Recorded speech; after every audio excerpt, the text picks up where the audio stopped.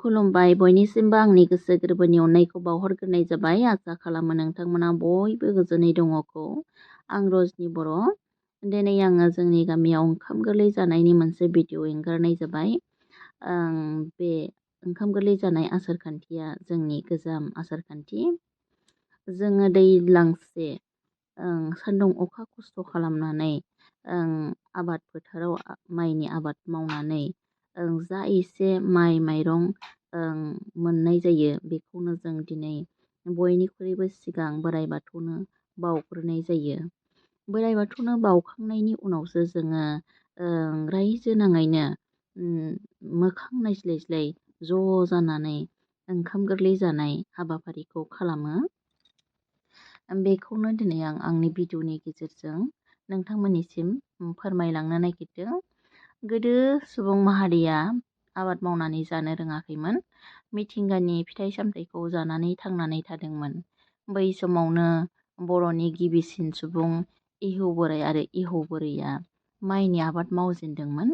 आरो बे माइनि आबादनि जा एसे फसल मोनो बेखौनो बोराइ बाथौनो बावनाय आसारखान्थिया जाबोदोंमोन। बेयावनो खेराइ होदोंमोन, माइनाव थिसनदोंमोन, बाथौनि आर'ज खालामदोंमोन। बेबायदि हुदाया दिनैसिमबो दङ।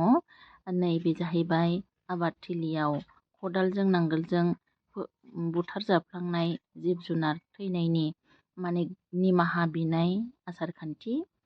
जोङो बेखिनि नेमखौ खालामखांनायनि उनाव रायजो नाङैनो मोखां नायज्लायज्लाय जानाय लोंनायनि हाबाफारिखौ खालामनाय जायो। बे हाबाफारियाव गामि गंसेयैनो गासै सोद्रोमाफ्राबो बाहागो लायो। बे गामियाव गासैबो दोहोनि जोब।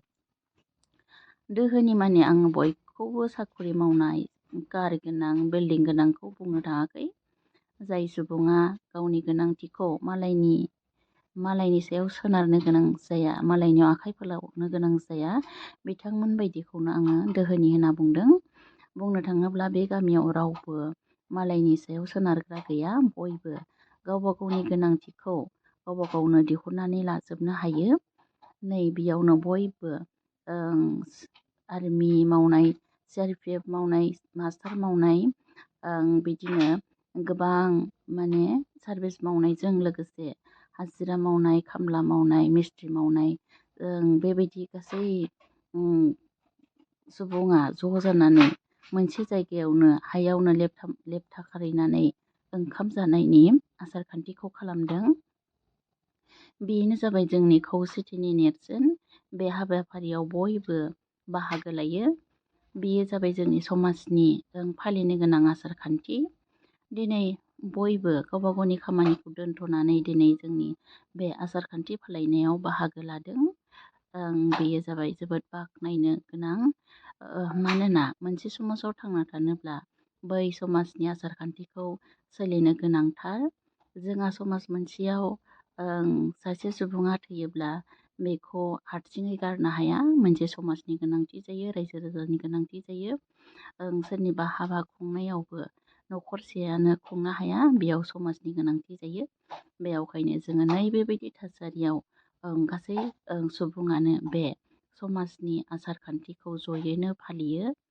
बेयो जाबाय बयनिबो मावनो गोनां मोनसे आसारखान्थि।